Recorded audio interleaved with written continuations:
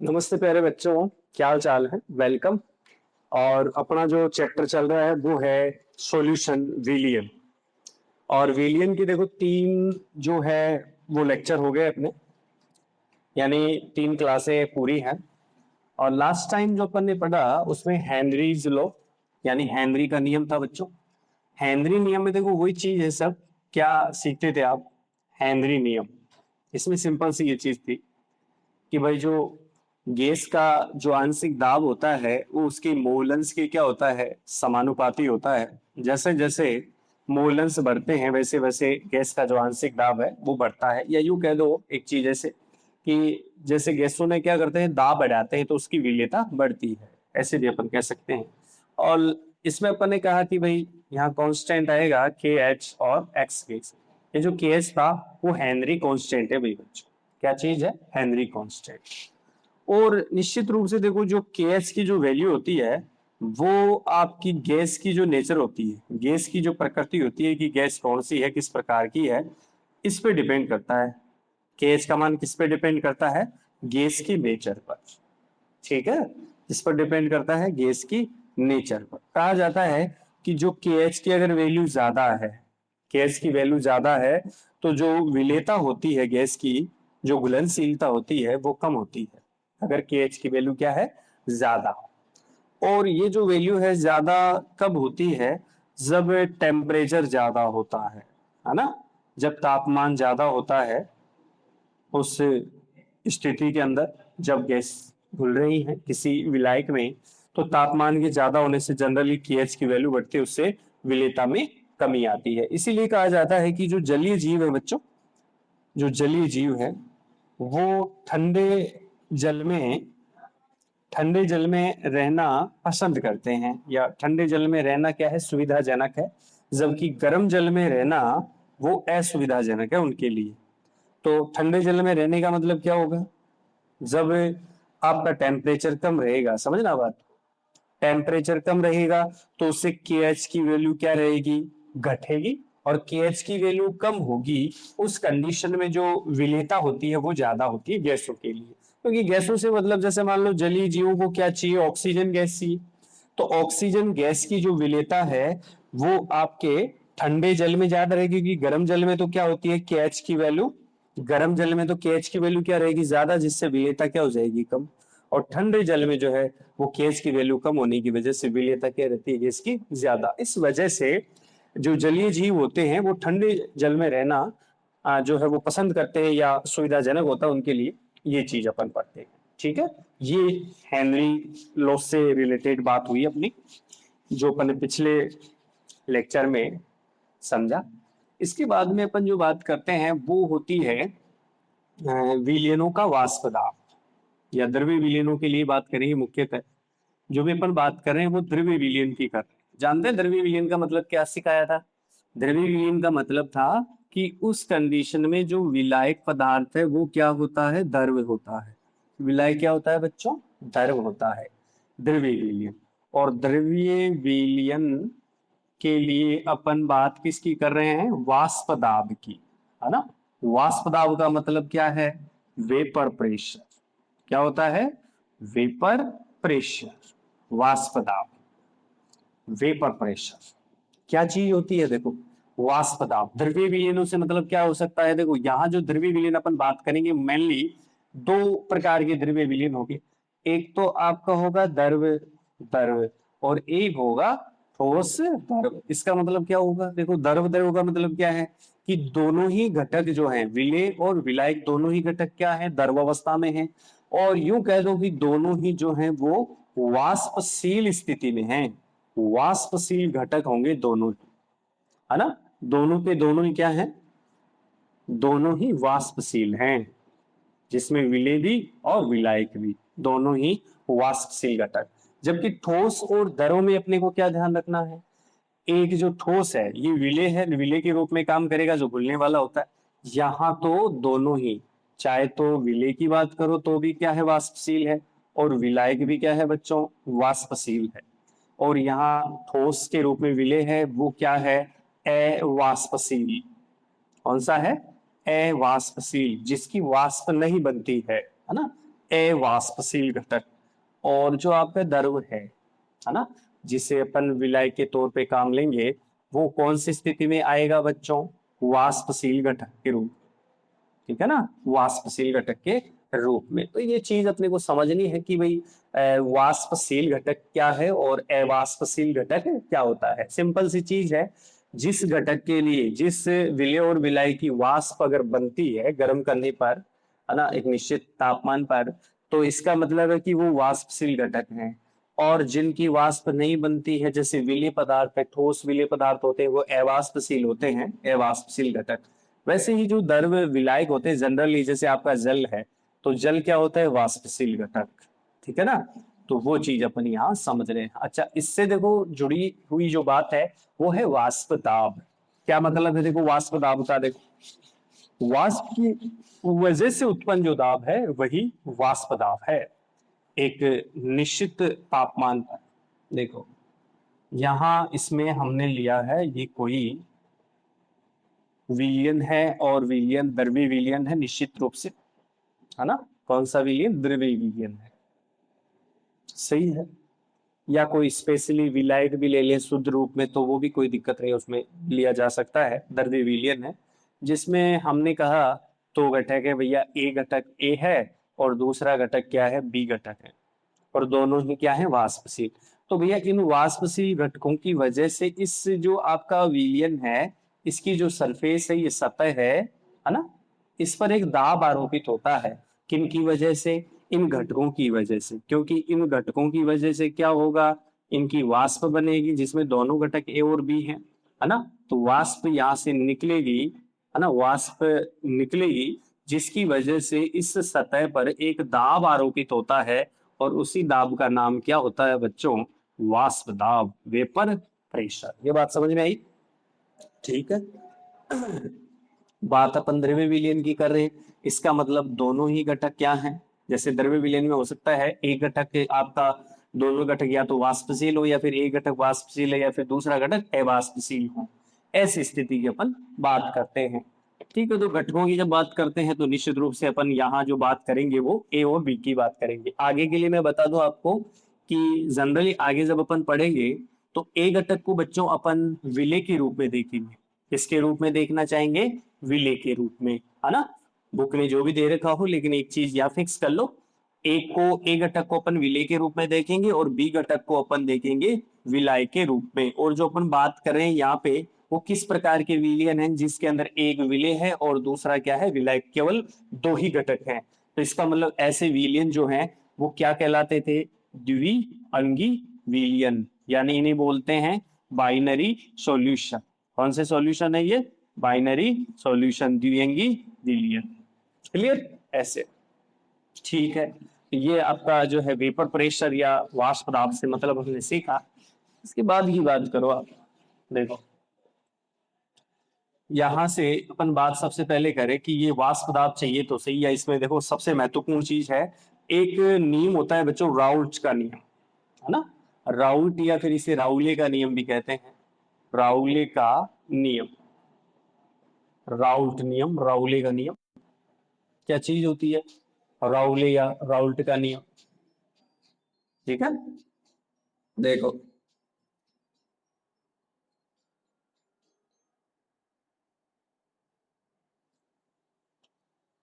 हाँ जी, ठीक है।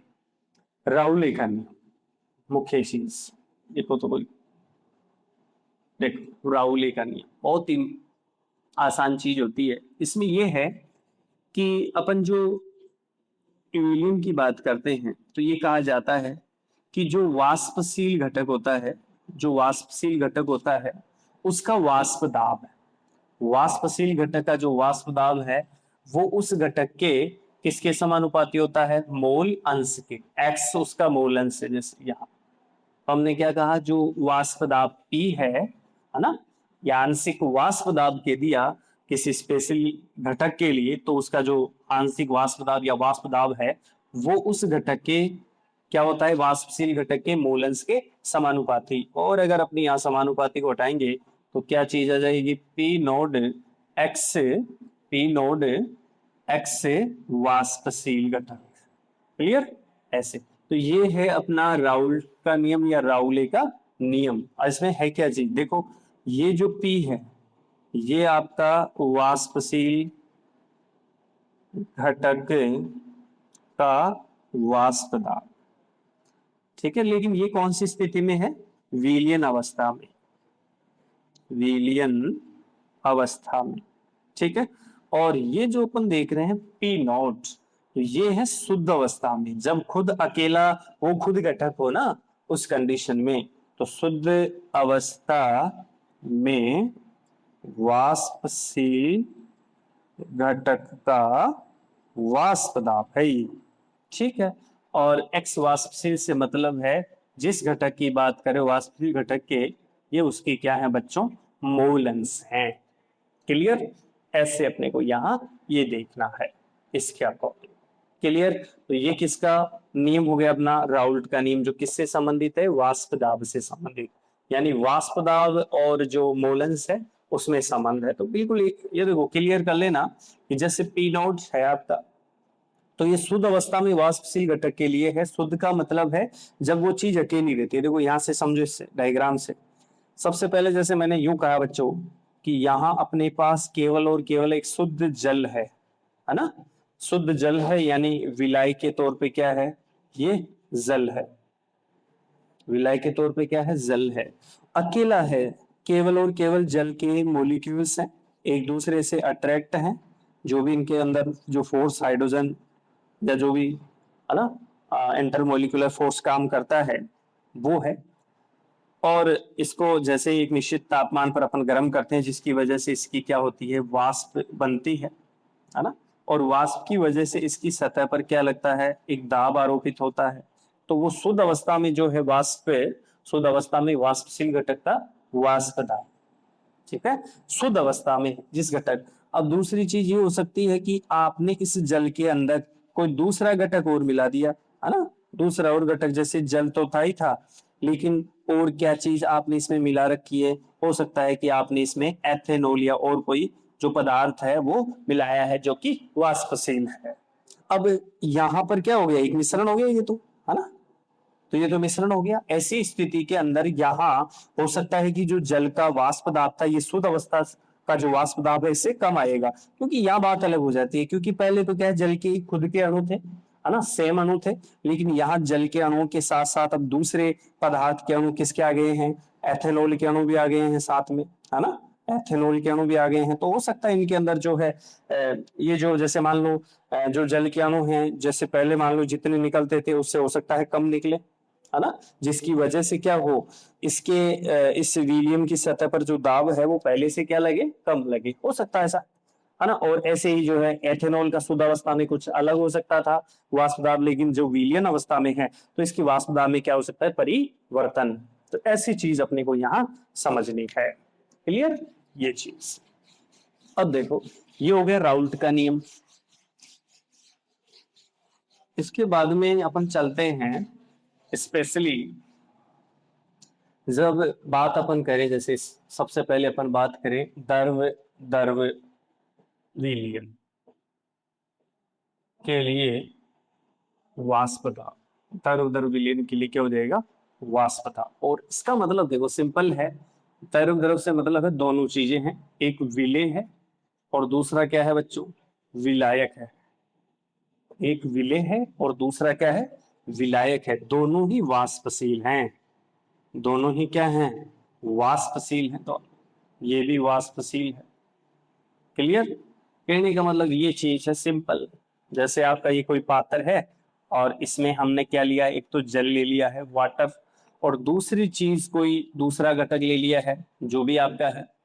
लेकिन कहीं ना कहीं एक मान लो हमने कह दिया कि एक विलायक है जो भी कोई हो, जैसे विलायक के तौर पे जनरली जल ही होता है, और इस घटक को मैंने कहा बी घटक, दूसरा घटक ले लिया है विलेय के रूप में जो कि वाष्पशील होगा, ये ए बी, तो दोनों ही, ये भी वाष्पशील घटक है, वाष्पशील, और आपका ये बी घटक है वो भी क्या है, वाष्पशील घटक है। तो दोनों के कारण ही वाष्प दाब आएगा, है ना, दोनों के कारण ही क्या आएगा, वाष्प दाब। मैंने कहा इसकी वजह से अगर मैं राउल्ट के हिसाब से चलूं ए घटक के लिए, तो राउल्ट के अनुसार अगर इसका वाष्प दाब चाहिए तो अपन लिख सकते हैं राउल्ट के अनुसार P is equal to P A nought X से, है ना।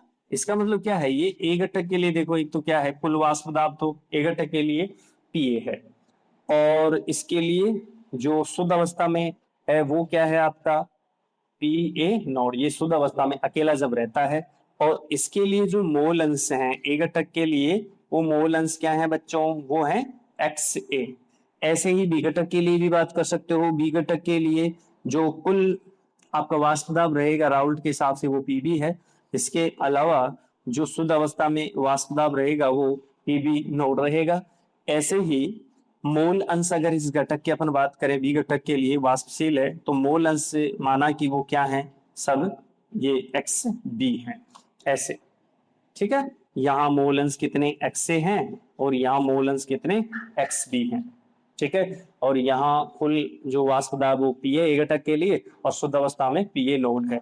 ऐसे यहाँ जो है वो कितना है, पीबी है, और शुद्ध अवस्था में पीबी नोड है, ये हमने माना। इसके हिसाब से जब चलते हैं, यहाँ भी देखो राउल्ट के अकॉर्डिंग चलो, राउल्ट के अकॉर्डिंग पीबी हो जाएगा क्या कुल, ठीक है।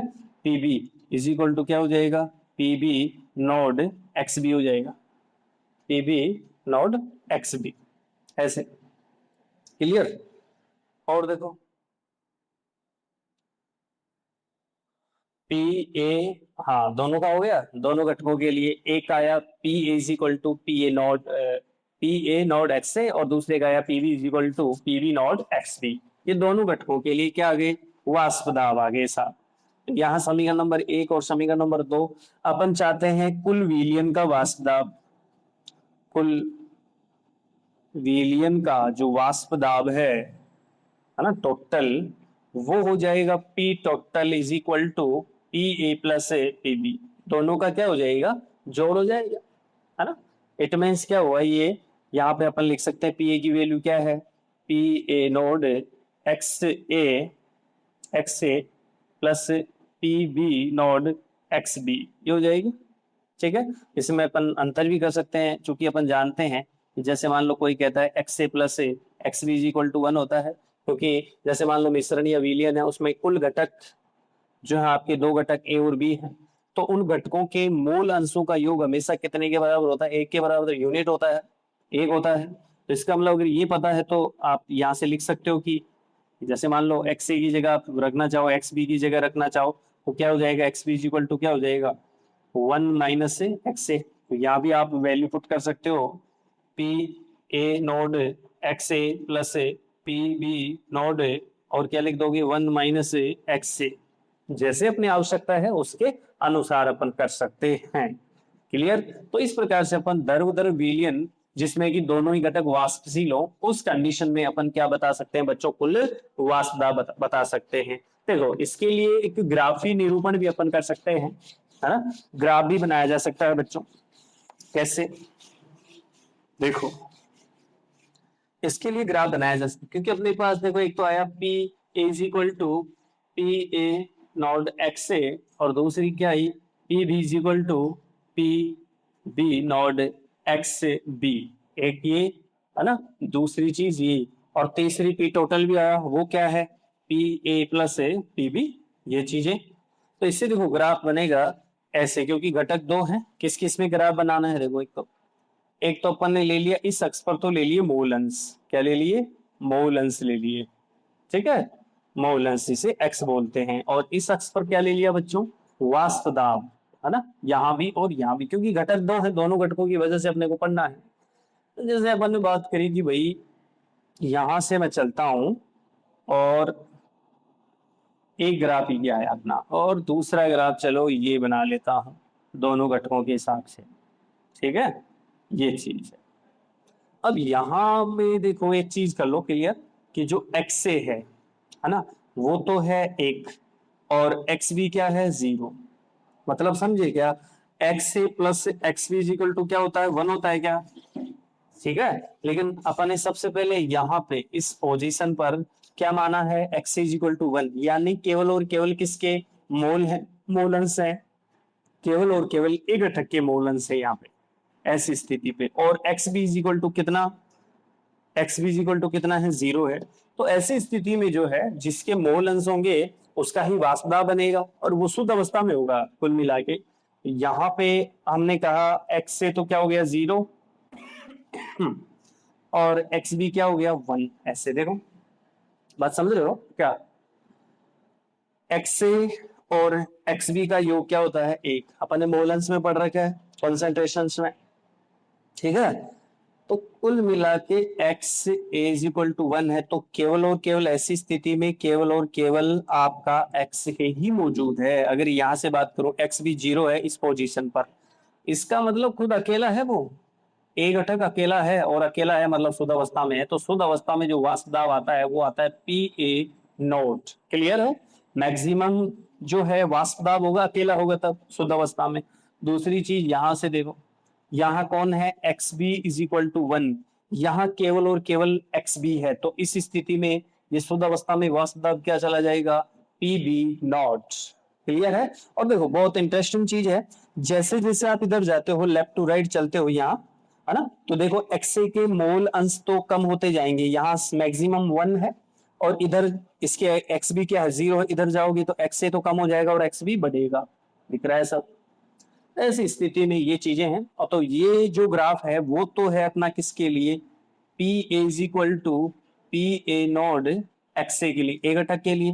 बी घटक का क्या हो जाएगा, P B is equal to P B nought X B. ये अच्छा, कुल वाष्प दाब क्या हो जाएगा, वेपर प्रेशर। देखो कुल वाष्प दाब को आप ऐसे बता सकते हो, दोनों का जो है जोड़ है, योग है, उसको इस टाइप से बता सकते हैं, इस आरेख से। तो ये आपका आ जाएगा पी कुल या P total is equal to P A plus P B. ये आपका इसमें ग्राफ बन जाएगा जब दोनों ही घटक आपके क्या हो, वाष्पशील घटक हो, द्रव अवस्था में हो, द्रव्य विलयन हो। क्लियर है? ऐसे ठोस नहीं है यहाँ पे। तो ऐसी जो ग्राफ है इसमें बनेगी, ये बात क्लियर हुई होगी आपके। आगे देखो, अब अपन जो बात करते हैं सेकंड नंबर की, वो होती है ठोस द्रव, ठोस द्रव विलयन का वाष्प।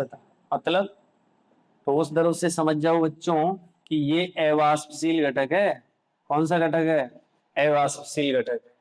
और जो द्रव है वो क्या है, वाष्पशील घटक है। क्लियर? ये अवाष्पशील घटक और ये वाष्पशील घटक है। ठीक, ये ओके।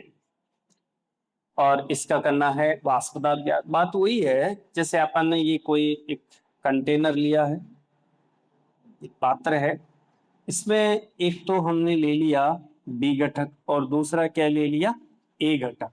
ठीक है? ए घटक आपका है ठोस, जो कि वास्तव में अवाष्पशील घटक है बच्चों। Okay sir. और जो ये है वो कौन सी अवस्था में है, द्रव, जो कि ये विलायक है। ये भी हमने सीख लिया है, बी घटक को विलायक कहा है और ए घटक को क्या कहा है, विलेय। ये जो द्रव है वो है वाष्पशील घटक। कौन सा घटक है, वाष्पशील घटक। तो इसके लिए देखो, हाँ सभी चीजें, इसके लिए अपने को क्या क्या चाहिए, देखो ए घटक के लिए कौन क्या है, एक तो इसके मोल अंश की अगर बात करोगे तो इसके लिए हेनरीज लॉ तो लगेगा ही नहीं ना, ओ सॉरी राउल्ट का नियम तो कैसे लगेगा, क्योंकि जो अवाष्पशील है उस पे तो राउल्ट का नियम काम ही नहीं करेगा, है ना। तो इसमें तो क्या करें, ये बात कर सकते हैं कि यहाँ इसके जो मोल अंश हैं वो क्या हैं, एक्स से हैं। यहां से आओ देखो, विलायक आपका दर वाष्पशील है, वाष्पशील वाली कंडीशन में जो है वो बताया जा सकता है कि हाँ भैया तेरे जो है पी बी, ये तो क्या है इसका बी घटक के लिए वाष्प दाब है और पी बी नोड शुद्ध अवस्था में वाष्प दाब है। और क्या कर लें अपन एक्स बी, ये उसका क्या है, मोल अंश है। ऐसे तीनों चीजें आ गई। तो यहां से अगर अपन चलें तो राउल्ट लॉ से क्या करोगे, राउल्ट नियम से बताओ। देखिए राउल्ट के नियम से बहुत इजी है। अब अगर अपने को चाहिए पी, वैसे तो बी घटक की वजह से, क्योंकि इसका तो कोई वाष्प दाब आएगा ही नहीं, है ना, ए घटक की वजह से अवाष्पशील है। तो P B is equal to हो गया P B not x B, ये होगा कुल। इसको ऐसे भी लिख सकते हैं, कोई स्पेशली एक ही घटक है ऐसे भी लिखा जाता है P I is equal to P I naught x I. ऐसे इंडिविजुअल अगर कोई घटक है इसकी वजह से अपन ऐसे लिख सकते हैं P G P I is equal to P I naught x I. अब इसका जो ग्राफ बनेगा वो वन साइड बनेगा, कैसे? क्योंकि इसमें अपने को ज्यादा जरूरत ही नहीं है। देखो कैसी स्थिति, यहाँ पे आपने क्या लिया, मोलन्स लिया, और अगर मैं यहाँ कह दूं एक्स ए को 0 कह दूं, एक्स बी को क्या कह दूं, एक्स बी 1 है, और है भी इसमें क्या है, मोलन्स तो केवल सॉरी वाष्प दाब तो केवल बी घटक की वजह से है, तो ये अवस्था जो है इसकी ये होगी। यहाँ इस पी बी नोड अपन कह सकते हैं शुद्ध अवस्था में वाष्प दाब, बस यही इसका ग्राफ होगा। और यहाँ पर अगर आप चलोगे तो यहाँ आपका एक्स ए भी 0 है और एक्स बी भी क्या है, 0 है। हालांकि मोलन्स तो हैं पर उन मोलन्स का रोल नहीं है ना।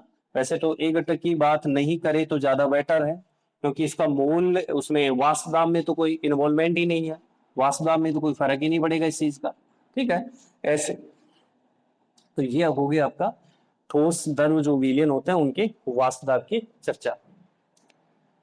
फिर चलते हैं आगे, और भी कुछ चीजें हैं। तो ये आपके हैं द्रव्य विलयन के लिए वाष्प दाब। अब आगे की जो अपनी चर्चा रहेगी वो दोनों अपने ग्राफ बना ही लिए हैं। इसके बाद में जो राउल्ट्स लॉ है, राउल्ट के नियम से जो विलयन होते हैं बच्चों, वो दो टाइप के होते हैं। राउल्ट के अकॉर्डिंग जो विलयन है उसके कितने टाइप होते हैं, दो टाइप होते हैं। एक को बोलते हैं आइडियल सॉल्यूशन और दूसरा होता है नॉन आइडियल सॉल्यूशन। एक होता है आदर्श विलयन और दूसरा होता है अनादर्श विलयन। एक होता है आइडियल सॉल्यूशन और दूसरा होता है non ideal solution, non ideal solutions ऐसे। ठीक, ये होगा आदर्श और अनादर्श। क्या होता है, देखो कुछ नहीं है, बहुत इजी काम है। आदर्श में क्या करते हो, अनादर्श में क्या करते हैं, बहुत इजी काम है। देखो आदर्श विलयन के लिए सबसे पहले है कि राउल्ट्स लॉ का फॉलो करता है, राउल्ट नियम का पालन करेगा। मीन्स पी टोटल जो होगा वो P A plus A P B, या यूं कह दो P A is equal to आपका पी, अगर दोनों घटक है तो यहाँ से पी ए नोड एक्स है, इसी प्रकार P B is equal to P B nought X भी हो जाएगा, है ना, दोनों घटकों की वजह से। ऐसे पी टोटल, तो ये राउल्ट के नियम का जो है पालन करता है, जबकि ये पालन नहीं करता है राउल्ट के नियम का। यानी यहाँ कह सकते हो जो पी टोटल है is not equal to P A plus A P B, ये चीज। या फिर ऐसे कह दो पी इज इक्वल टू, है ना, not equal to P A not X से ए, है ना। और ऐसे भी पी बी जी not equal to P B not x B, ये इक्वल नहीं होगा अनादर्श विलयन में, फॉलो नहीं करेगा। दूसरी चीज क्या है कि यहाँ पे अगर अपन आदर्श की बात करते हैं तो जो डेल्टा एच है एंथैल्पी परिवर्तन, देखो एंथैल्पी परिवर्तन को समझना पड़ेगा। यहाँ इसकी वैल्यू होती है 0, और इसका मतलब समझो क्या है। देखो स्थितियां हैं आपके पास, एक तो है शुद्ध अवस्था वाली और एक है अशुद्ध अवस्था, यानी कि जो विलयन अवस्था है उसकी अपन बात कर रहे हैं। तो उसमें अगर डेल्टा एच यानी एंथैल्पी परिवर्तन 0 आता है, कहने का मतलब पहले वाली स्थिति और बाद वाली स्थिति। जैसे मान लो अपने पास क्या है, दो घटक है, यही पे कर लेते हैं इसको, दो घटक हैं, एक घटक ए है और दूसरा क्या है बी। अकेले अकेले हैं, ये पहले देखो शुद्ध अवस्था में है, शुद्ध अवस्था में है। इसके लिए अपन ने कहा एंथैल्पी H1 है, इसके लिए एंथैल्पी क्या है, H2 है। ठीक है, दोनों के लिए H1 और H2 है। अब इन दोनों को क्या कर दिया हमने, मिला दिया एक जगह, दोनों को मिक्स कर दिया, तो क्या बन गया, इसका विलयन सॉल्यूशन बन गया, है ना। तो यहां इसकी जो एंथैल्पी है वो है, हमने कहा H है साहब, क्या है, H है। तो यहाँ ये कहना चाहते हैं कि दोनों एंथैल्पियों का जो योग है H1 प्लस H2 आपका ये, और एक ये, कहने का मतलब ये है कि क्योंकि डेल्टा एस अपन करते हैं HF माइनस HI, है ना, फाइनल माइनस इनिशियल, कि बाद की एनर्जी कितनी है और पहले की एनर्जी कितनी थी। तो देखो भैया, जहां जैसे दोनों जो आपके घटक हैं उनकी जो एनर्जी का जो योग है H1 और H2 की जो एनर्जी का योग है वो होता है इसके बराबर, जो बाद वाली जो विलयन की जो एनर्जी बनती है, ऊर्जा बनती है, एंथैल्पी बनती है, उसके क्या है, इक्वल है। इसका मतलब समझ रहे हो बात को, फाइनल कौन सी आई, ये एनर्जी। है ना। मैंने कहा भैया फाइनल जो है वो है energy, suppose that 100 kilo joule per mole, उसके हिसाब से। और इससे पहले इन दोनों की क्या थी, मैंने कहा ये 50 और ये 50 एनर्जी रखते थे, है ना, एंथैल्पी होती थी इन घटकों के लिए ऐसे। तो देखो इन दोनों का योग कितना है, 50 और 50 कितना हो गया आपका, 100 हो गया। तो पहले बाद में भी 100 और इससे पहले भी क्या हुआ करती थी, 100 हुआ करती थी मिला के दोनों घटक, क्योंकि यहाँ भी तो दोनों घटक आएंगे क्योंकि इसके अंदर ए घटक भी है और बी घटक भी है। पहले ए और बी अलग अलग हुआ करते थे शुद्ध अवस्था में, ये बात समझने की है। तो इसका मतलब यहाँ 100 में से 100 गया तो कितना बचा, 0। ये स्थिति कौन से विलयन में आती है, आदर्श विलयन में। अच्छी चीज है ना। ये जो स्थिति है वो कौन से सॉल्यूशन में आती है, आदर्श आइडियल सॉल्यूशन में। यानी डेल्टा एच 0 कैसे आया, बात समझे क्या, है ना, ऐसी स्थिति। तो एक तो ये, और जैसे इसमें किया वैसे यहाँ है, लेकिन यहाँ थोड़ा उल्टा रहता है मामला कि ये 0 नहीं होता है, या तो 0 से कम होगा या फिर 0 से ज्यादा होगा, अनादर्श के लिए ये शर्त है। क्लियर है ये बात, ठीक। इसके बाद में देखो वही चीज, एंथैल्पी खत्म। अब इसके बाद में हम जानना चाहते हैं कि जो आयतन परिवर्तन है ना, आयतन परिवर्तन क्या रहा। तो del V is equal to 0 होगा हमेशा। आयतन परिवर्तन वही कहानी है, सन डिट्टो। पहले आपके क्या थे, अलग अलग ए और बी घटक अलग अलग हुआ करते थे क्या, यस सर। इन दोनों का जो आयतन है उनको मिक्स किया आपने, एक जगह हो गया, ए और बी दोनों घटकों को एक जगह कर दिया। ये आयतन क्या बना, V1। ये टोटल आयतन क्या बना, V2 बन गया। अपने को क्या चाहिए, वॉल्यूम, है ना, डेल्टा V अंतर चाहिए आयतन में। तो क्या हुआ, V2 माइनस V1।